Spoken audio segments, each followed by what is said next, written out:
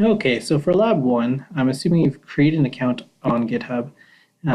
So once you're logged into GitHub, click on the plus sign, click on new repository, and here you can just name your repository anything you want. And then for this lab, I'm asking you to check on this checkbox to initialize this repository with one text file called README. Click on the button, create repository, and now you have a new repository called whatever you named it. So to edit this text file, let's click on this README link and click on the edit icon. So here is where you can type in whatever you want. This is basically a text file, and the purpose of this is to describe, usually to describe what your code does or how to use it. So what we're going to do is type in something like, this is how console.table works. And then we'll put in my code. Now, just to give you a sample, if I were to paste in my code, let me see, for example, here's my code. I'm asking you to create your own separate object that's significantly different from mine. So if I were to just simply paste that in and look at the preview, notice it doesn't look nice. And that's the purpose of the markdown. So the markdown, if you were to look at my link here, GitHub Markdown, you'll see how to insert code. And the way to do that is with something like this: 3 backticks followed by whatever language you're going to use, and then close it with another 3 backticks. So you're going to do something like this. So the backtick is the key to the left of the number 1.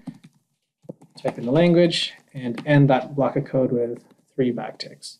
So notice how if I click on preview, it just looks that much nicer. Now to insert the image, this is, hold on here. So this is how the result will look like if I console.table colleges, something like that. So this is how to run it. You'd have to right click somewhere on the web page, inspect it just to get to the console table, for example. Type in your object, enter. If I said colleges, you will see 3 elements, which refers to each of those 3. And to see the table, console.table colleges. Ta-da! And this is what I want you to capture as a screenshot. So for me, I'll use the snipping tool. And so I can do something like this, right? And then I can save it somewhere on my desktop, for example. And then now to upload it somewhere, we have to upload it. So just go to Google, and we want to find some kind of free upload image service. It's probably the best way. I think, which one? We'll try, actually there's one in particular that I wanted. Free, no, upload pic free, something like that. This one here, post images, I like this one. And so let us choose which image. I think it was called capture. So now it's uploading somewhere in the internet. Done. And the reason why I like this one over the other ones is because it gives me the direct link. I want the link that has the JPEG. So let me copy that, go back here, and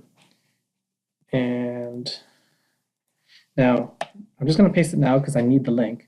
But what I really want is Markdown's way of inserting an image. So where is that line of code? Oh, I passed it. There it is. Images. So this is how to insert an image. So let's just copy that for now and insert it here. And instead of this URL, we'll replace it with our URL. Let's see what happens. Preview.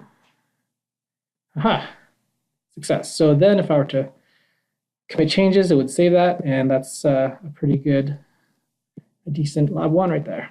All right.